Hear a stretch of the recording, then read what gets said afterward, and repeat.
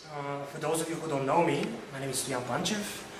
I've been a member of the Executive Board of Students for Liberty, European Students for Liberty, for 3 years now. As it says on my badge here, I'm currently ESFL's Regional Director for Southeastern Europe. And I also have the pleasure to be the Chairman of the Bulgarian Libertarian Society, which is co-hosting this great event. Since I am aware of the fact that Bulgarians are not very fond of long introductions, please come in, there's a lot of space in the front. I'm aware that Bulgarians are not fans of long introductions, so I want to directly skip to some housekeeping notes. You've probably noticed these schedules we have. This is the agenda for the conference. I would like to explain some things that we have in our agenda. So, we begin with opening ceremony, with me boring you out. Then we have a short break. After the break, we begin with the conference sessions. You can notice that we have one talk that is going to be in English and one in Bulgarian. English talks will be in Sofia Hall, which is this place, while Bulgarian talks will be in Brussels Hall. To get to Brussels Hall, you have to get through that door to the left. There is a small foyer lobby, and there is a sign that says Brussels. So there you can find the Bulgarian room. I'll be hosting this room, and my friend Arkady Sharkov, I can't see him right now, yeah, he's over there. He'll be the master of ceremonies in the Bulgarian hall. And so if you see his marvelous beard, that means that you're going to be listening to a Bulgarian talk. Except for the talks, actually I want to mention something. I really don't envy you, because I haven't been given a choice. I have to be here in this room throughout the whole day. But you have to choose which of all these great talks to go to. And I can attest to the quality of all the speakers. So you're going to have a tough choice to make. So yeah, except for the great talks, we have breaks, which are also great. We have coffee break, where you can get caffeinated, pumped up, and if you're a veteran libertarian, you can be ready for a dispute over minute details, like a fight over really important minute details. I know you like that, fellow libertarian veterans.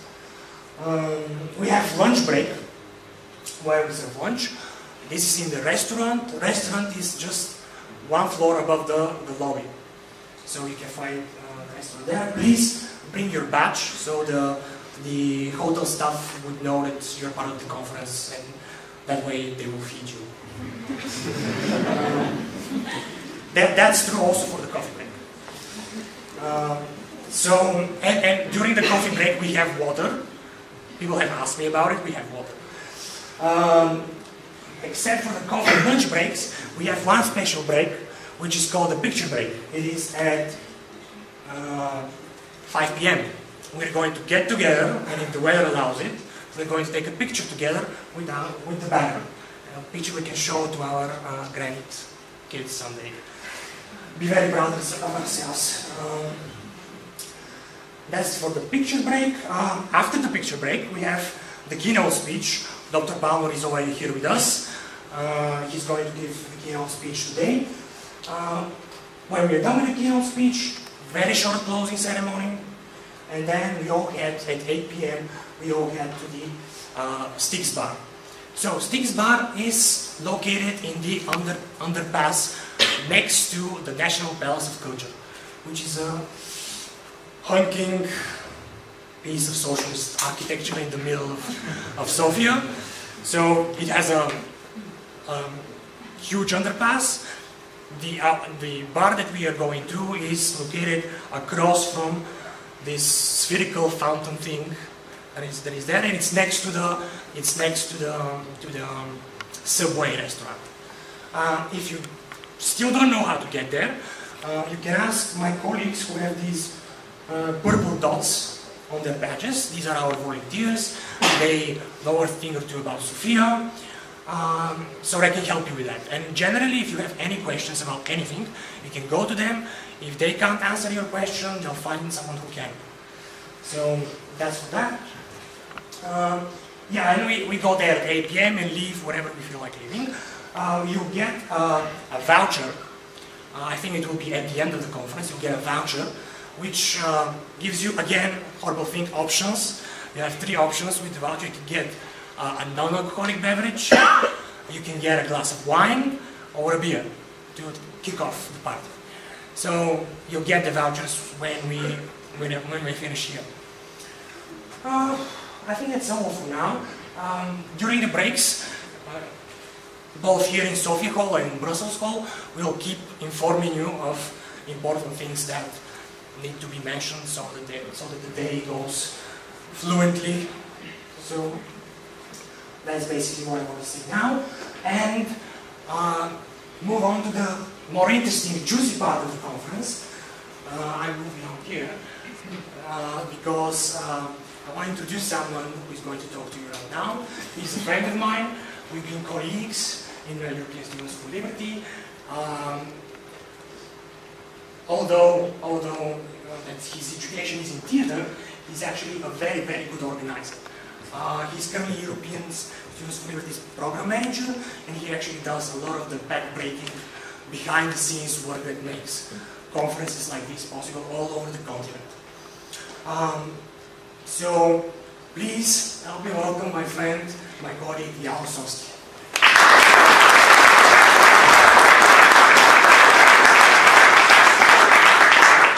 And you're too gracious. Merci. I learned you can say that here. So, European Students for Liberty in Sofia, Bulgaria. Everyone looks very, very happy to be here. It's early in the morning, but we have good spirits. People are ready to listen to speeches, to debate, to talk, to network. And that's great, because that's exactly what I'm here to talk about. And to give you a grander introduction to European Students for Liberty if you don't know it. And if you do know it, well, I'm giving you a little bit of an update. So hopefully that's okay.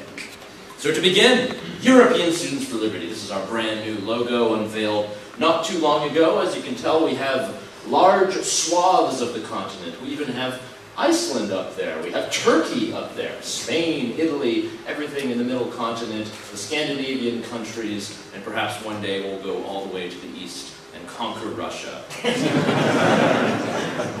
So European Students for Liberty, as an organization, we provide resources. We're trying to find the student leaders of tomorrow. These are the ones who are carrying through the ideas of liberty, the things that we all believe in very, very dearly.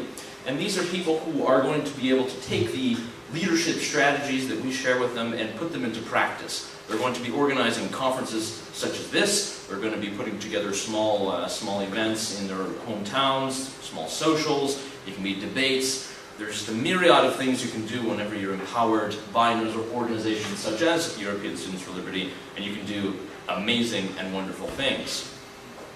So just to give you a small sum up, the Bulgarian Libertarian Society is a great group that we have here in Bulgaria, and they're not alone throughout the continent. There are 271 other individual student groups all throughout the continent. Many more that are coming into our network every single day. Believe me, I know, I get all the emails, I get all the interested phone calls from people who would like to join. How do I join European Students for Liberty? How do I get my group in the network? It is a great step for young people to get together, to start groups, to start drinking clubs, if you wish, discussion groups, whatever it may be. People have their own ways to speak about liberty, and they do it in their own way. This conference is not unique in that we are gathered to speak about these ideas. It is unique because we are in Sofia, but believe me, these things are going on all over the continent. Today, for example, we have 2 other conferences going on, one in Bergen, Norway, all the way up in the north, and one in Brussels, Belgium, in the heart of Europe that wishes to control Bulgaria. So we have 3 conferences going on in one day, and that shows you just how much we've grown in the last few years. Something that was just a small group of students getting together and chatting about over a beer or 2 has now grown into a professional organization with hundreds of people coming to each and every conference, and now we're at thousands of people who visited our conferences, both our our international conference in Washington, D.C., our conference in Berlin last year, and now our regional conferences all over the continent. And there will be 15 other conferences going on across the entire continent this season, from September to December. European Students for Liberty. We've already had successful conferences in Paris, and Prague, and Amsterdam, and Sarajevo, and Tbilisi, Georgia. So if you are to look at this map, you can begin your travels and start planning. I think the closest here will be in Belgrade for a lot of you, or Istanbul, if you're interested in that. We have our Turkish coordinators here who will be able to tell you a little bit about that conference, exactly what's going to be happening there, and get you all excited. So here are some of the dates, just so you can keep them in note, just so that you know that you are not alone. Not here, not in any of these countries nor cities that you shall visit. So that should be a great piece of inspiration for you. And I just wanted to share some of our successes that we've had so far this year. We had a huge group in Paris, in Paris. Could you imagine that we would have such a budgeting group in France? The socialist utopia, almost, in a way. Christian Michel, who's one of our speakers, is very proud to see this happening in the only place where he never really thought it'd be possible. But now they're growing to be more and more numerous. We have a huge group in Prague as well. The Czech Republic is one of our most successful regions right now. They've had great events, very popular. I guess I would call them Liberty Evenings, they call them. They just get people together at a local cafe and have speeches and show YouTube videos and debate over very, very cheap beer. So it's a good way to talk about the ideas of liberty, put it in a social context that everyone understands. And it's not just in Prague, but also in Sarajevo. We had a great rendezvous there that was very, very interesting to have speakers talking about all different types of subjects, not just property rights and pro-liberty, but also social liberties that a lot of us sometimes forget about in Europe, but are actually still very important and we still must defend. We talked about it in Amsterdam, where there's plenty of social liberty. There we had a good group of students, pretty much the start of the Dutch liberal movement that will be very large, a lot of people very excited, a lot of people coming over from Belgium and from Germany to take part, so Germans crossing borders, but for peace, so it's good this time. And just last weekend we had our largest conference, or I would say our most eastern conference in the entire Students for Liberty network across the world. Is in Tbilisi, Georgia. This is a very interesting place for everyone to be, especially me, just because I've been talking about these ideas where I live in Vienna and then small towns just around Western Europe, and then get the chance to go to Tbilisi, Georgia, and people are talking about the same things and getting excited and talking about freedom and liberty and how to reduce the role of the state, and then I really have to wonder, when does this stop? I don't know, and I don't care, because it's growing, and that's what is great. So why do we do all of this? Why do we gather in rooms, in hotel rooms, in universities, and small pubs, in dark corners, in lit alleys? Why do we get together and talk about these ideas? Why are we organized for these ideas? It really comes down to the principles that we hold so dear. It's an ideas-based movement. I'm not here pitching the Bulgarian right-wing party or the Bulgarian left-wing party. Sure about it? I shouldn't. But either way, I'm here to promote the ideas of liberty, not tied to a political party. These are the principles and the ideals that we all hold so dear that, of course, don't always get put into practice into politics. But in our own personal lives, we're able to do that. In our own professional lives, we can do that as well. And that's why we empower students, and we try to bring this forward in every single country in which we are present and active. So the idea of individual liberty, this personal sense of liberty, is still very new. We haven't had this, for thousands of millennia. And we've had liberal states and governments. We just haven't had this. History has been ruled with despotic governments and regimes, and now we're living in a time where more people have more freedom than ever before.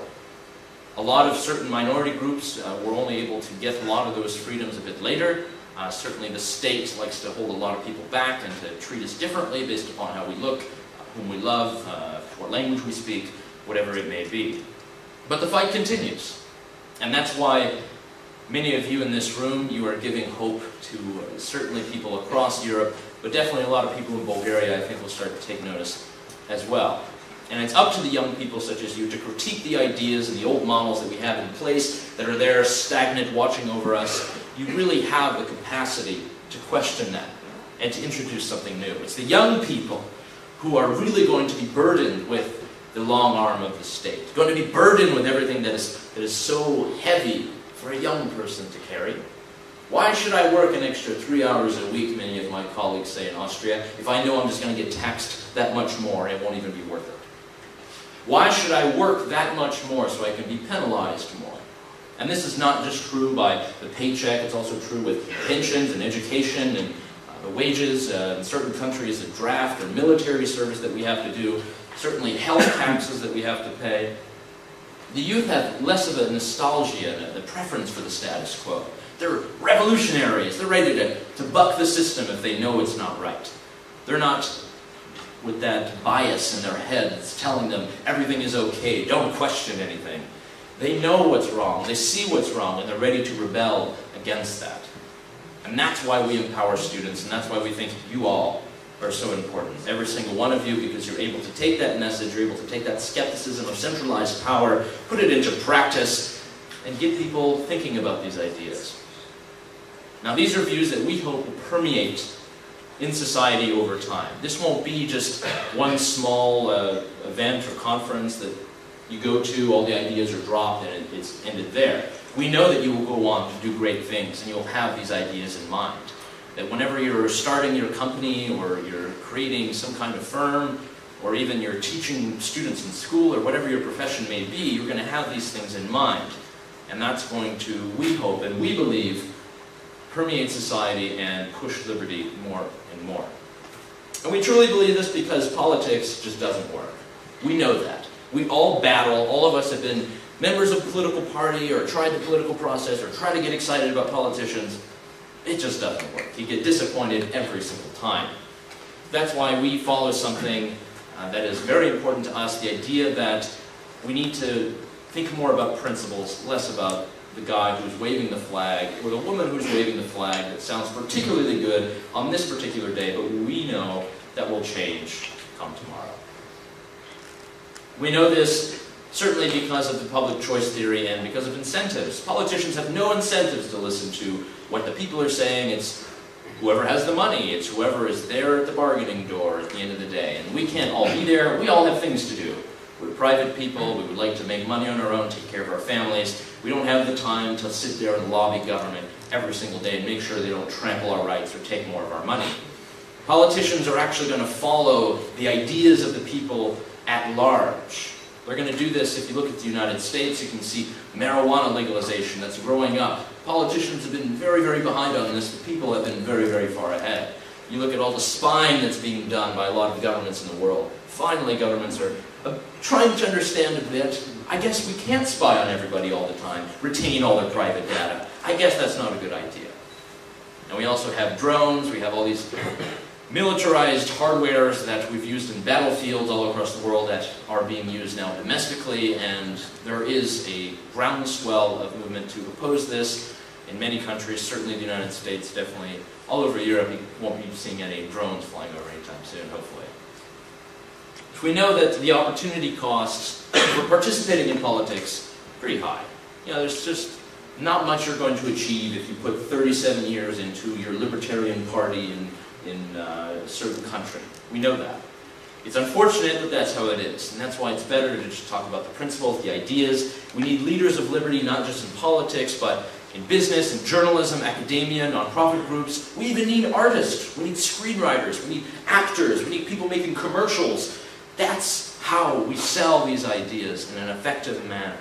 We should organize for principles, not some party, not the blue team, not the red team, and that's exactly what Students for Liberty is all about. We're trying to educate people about liberty.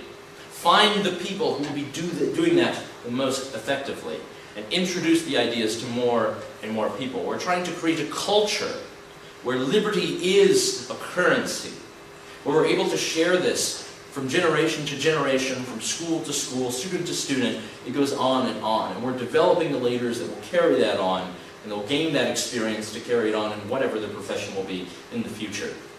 Whenever we have European Students for Liberty conferences, I love meeting certain people who come from every single type of educational background. Oh, I'm a doctor. Well, I'm studying business. Well, you know, I'm studying law. Well, I'm studying this. I'm studying biology. It's great. We're going to permeate everything. We're going to have people defending liberty in every single profession, every single expertise in the world. Imagine what that means for tomorrow. Imagine what that means for the world that we are going to inhabit. That's great. And why I think this message is incredibly important here in Bulgaria is that you, as Bulgarians, are certainly not alone. While I talk a lot about Europe, because that's where I live and work, we have colleagues doing the work in Africa, we have colleagues doing the work in Latin America, in Asia. We have a new group, a new network, and we'll have an executive board very soon in Australia, New Zealand. This is pretty global, and you're a part of it. And that's something to certainly be proud of. We really believe that it is about people, because there's no way that we're going to be able to change anything without the people, meaning you. People who are very much inspired by the ideas that we present, the fora that we try to put together and have speakers and invite them to talk about these ideas and really get people questioning. The best way to get people to conceptualize about the world and to empower students is to just try to bring across this idea of a free society. Because you are the leaders of tomorrow. While you're learning today, you're in university, you're taking notes, you don't know why you're doing it, we know, and you know, that one day it will be something powerful. In European Students for Liberty, we've had the pleasure of working with local coordinators of all stripes. We have people who are from 40 different countries, this is just in Europe, who are working in their cities, in their countries, to spread the very ideas that we're talking about. Today, you can just look at this picture. This is our train that we had in Gummersbach, Germany, thanks to the Friedrich Naumann Foundation, which has a great facility, a wonderful place to train young leaders. Everyone is very excited to meet people from different countries, from all the way across the continent. Hey, he talks about Mises as well. He knows about Hayek. Wow, he's interested in private property. Wow, he knows about freedom of speech going back to the 16th century. This is what we do when we create a forum, train leaders, give them the tools, and we create the programs where people can meet and talk, and certainly criticize the ideas that are permeating their own societies today and we wish to conquer. And we're doing this through a various litany of different events and programs. We had the European Students for Liberty Conference, which we held in Berlin. We had 600 people there. Again, about 45 different countries gathering in Berlin in Humboldt-Universität for 3 days of intense conferencing. So take this conference and times it times 3, and that's what we have in Berlin. And we're going to have it again in Berlin this year. It's a great way to get everyone together. It's something to push towards. We're hoping to get as many people we can as possible there. You're going to listen to the greatest speeches that we've assembled, the greatest speakers, the leaders who are donating their time, their wisdom, their effort, their knowledge, all of that so that you can be more empowered, you can be more informed, and you can carry these ideas into your universities and your campuses. You saw outside many of the books that we have printed. These books have been edited by Dr. Tom Palmer of the Atlas Network, who's standing actually right in front of me at the moment. And it's a collection of essays by students and young people just like you. You have some professors, you have some young students who are into philosophy, some who are into jazz music, some who are into peace and liberty. Who could have guessed? So Why Liberty is the last book that was done. The new book is Peace, Love, Liberty. Thankfully we have some copies outside, and we will have many more of these to distribute throughout Europe. Tens of thousands of copies, so hopefully you'll get your hands on one and you'll be able to see it. We also have our webinar series. These go on the internet. I don't know if many of you have heard of such an internet thing, but apparently everyone lives on it, and that's why we've connected our webinar series so you can listen to speakers from the comfort of your own living room or bed or Starbucks. So next important thing that I just would like to cover very quickly is the steps to build the liberal student network, which we're trying to do piece by piece, country by country, leader by leader. And I have to emphasize that last point because it's about people who are motivated. People who you know just by looking at them and just how they carry themselves that they get things done. They believe in the ideas and they can put them into practice. They're not going to get a task, have it delegated to them, and then drop it by the wayside. They're going to carry it through. And there's so many people across this continent who are ready to do just that. They're bored by university. They don't like what they're hearing by their professors. They want to counter that. They want to go against it. They want to go against everything that society has told them to believe in, to continue to participate in, to not question. They want to go against that. And these are the people that we have to go after, and these are the people that we have to find. And I know amongst this crowd, there are many of you just like that today. Another thing that we are helping to do is we're connecting individuals with partner organizations that help our work. We have the Faith Endowment Foundation here in Europe. We have the Atlas Network across the world, Bruno Leone Institute in Italy, Cato Institute in the United States and beyond. Thankfully, we have Michael Tanner of the Cato Institute who will be giving a speech later this afternoon. And we have the International Society for Individual Liberty.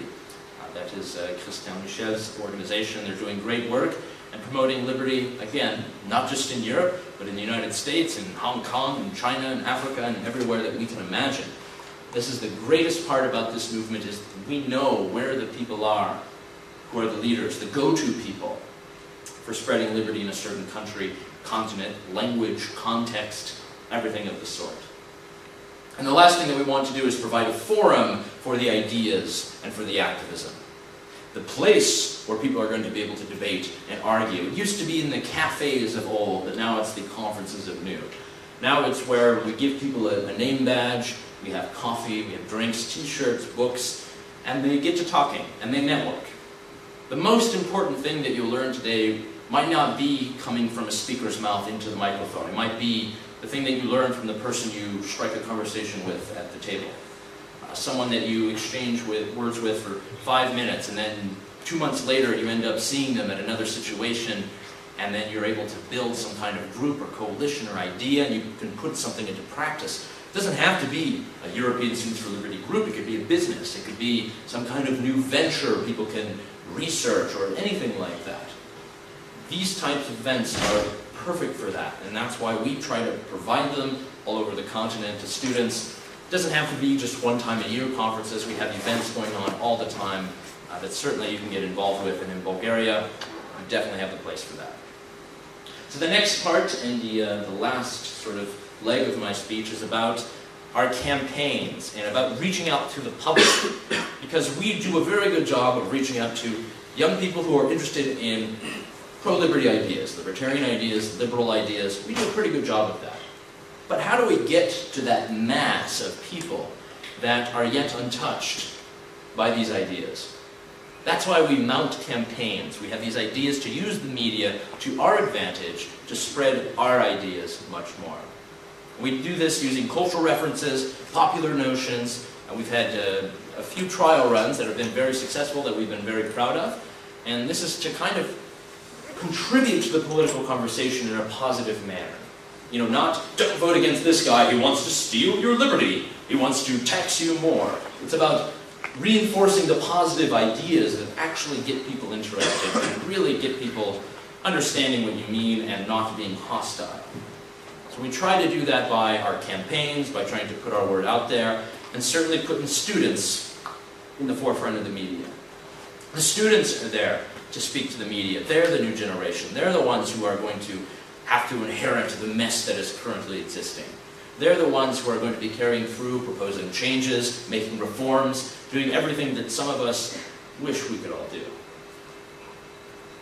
One of our more recent campaigns was the Peace, Love, Liberty for Ukraine and Venezuela. Now, we're not trying to get involved in the situation in Venezuela and Ukraine and tell people, these people must negotiate, these people must sit down at the table.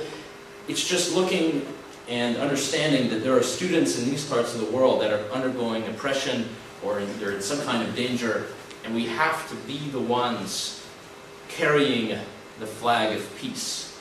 We have to be the ones reinforcing the idea that we don't need to go to war, that we don't need aggression, and that aggression is bad. And when governments do that, they're trampling the rights not just of those citizens, but their neighbors and people who might be afraid of them.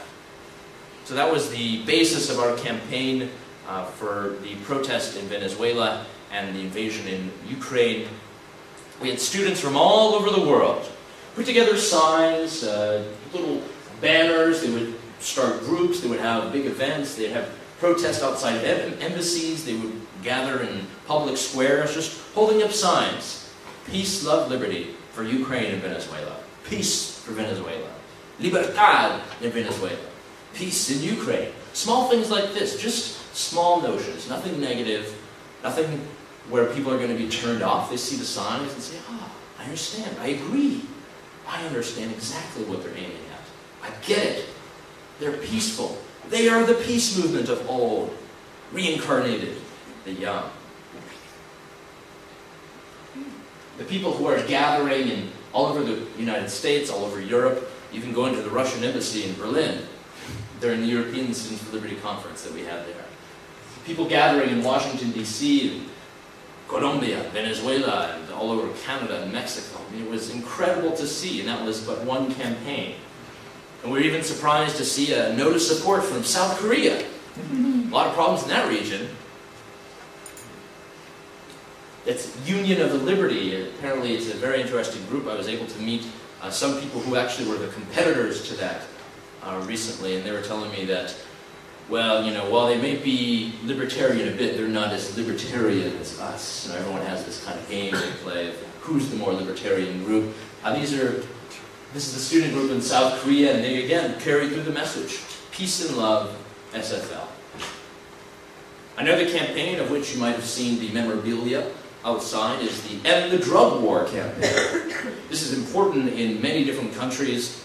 Certainly where we've used a lot of evidence is from the United States, but European countries as well. We know that the drug war has been used to disproportionately put poor minorities in jail for certain choices, for things that grow out of the ground that the government really has no business trying to regulate. Ending the drug war is something that would free so many individuals, free so many young people, especially, of this burden of having their parents in jail or having the threat of having their entire lives ruined by one single arrest or citation by a police officer. We had the campaign to put this in media. We were on Reddit, we were on all types of newspaper interviews, we were about to spread this all over the web. Our memes were highly share-worthy on Facebook, and that means a lot in the 21st century. Small things like this: no victim, no crime. Victimless crime? Why do we need to do that? Why must we put people in chains for hurt another person? That's the core of our ideas, and it's the core of what we're aiming for. And we did it with small infographics, small things such as this, using the statistics from Colorado, where they recently legalized marijuana, and this is something where we've been at the forefront trying to show people, hey guys, here are the facts. There's actually 10.6% less property crime in Denver now. There's 60% fewer homicides now. 5.6% less violent crime. $12 to $40 million saved each year because the police aren't banging down the doors of people smoking joints. And 10,000 jobs created in the budding marijuana industry. Much more to come from that, and that's just one small example, a microcosm that we can see spread throughout the world if we end the war on drugs, if we move towards a peaceful approach of people who are using drugs, addicted to drugs, and not slamming them in some kind of concrete cell. That's the basis of one campaign, of one idea, and it's being shared by thousands of people across the world, and we're able to effectively put that into practice. And that's why I invite you all. I invite you all to talk to some of the local leaders here. You heard that they have the pink dot on their name tag. You know, ask them what it's all about here in Bulgaria, what the organization is like, what they can do, how can I get involved, what can I do to spread it in my town if I don't live in Sofia, if I live on the outskirts, if I'm in Romania, if I'm in Turkey, how can I spread these ideas, how can I bring them home and share them with my colleagues. Young people here who have organized this conference, as you can tell, are the leaders for this region for tomorrow. And I hope that you'll grab one of them, ask them how you can get involved, how you can help, what you can do more. And looking forward, I invite you to our European Students for Liberty conference next year. This is the photo that we had from Berlin. You had our keynote speaker, Johan Norberg, right in the middle, and you can see every seat is full. We even had some people lingering upstairs. I was very mad about that. But it's okay, everyone is gathered, and you can see that you're not alone. And it's not just you in this room, there are many other rooms to be filled, many other young people who have the same ideas, who are getting motivated in the same way. I want to welcome you, give you the grand introduction and welcome to the European Students for Liberty Conference here in Sofia, Bulgaria. This is a regional conference that I know will be very important, certainly because there are so many of you here, bright-eyed, bushy-tailed, ready to discover these ideas and listen to these great speeches all throughout the day. So thank you for your attention, and I look forward to speaking with many of you during the day.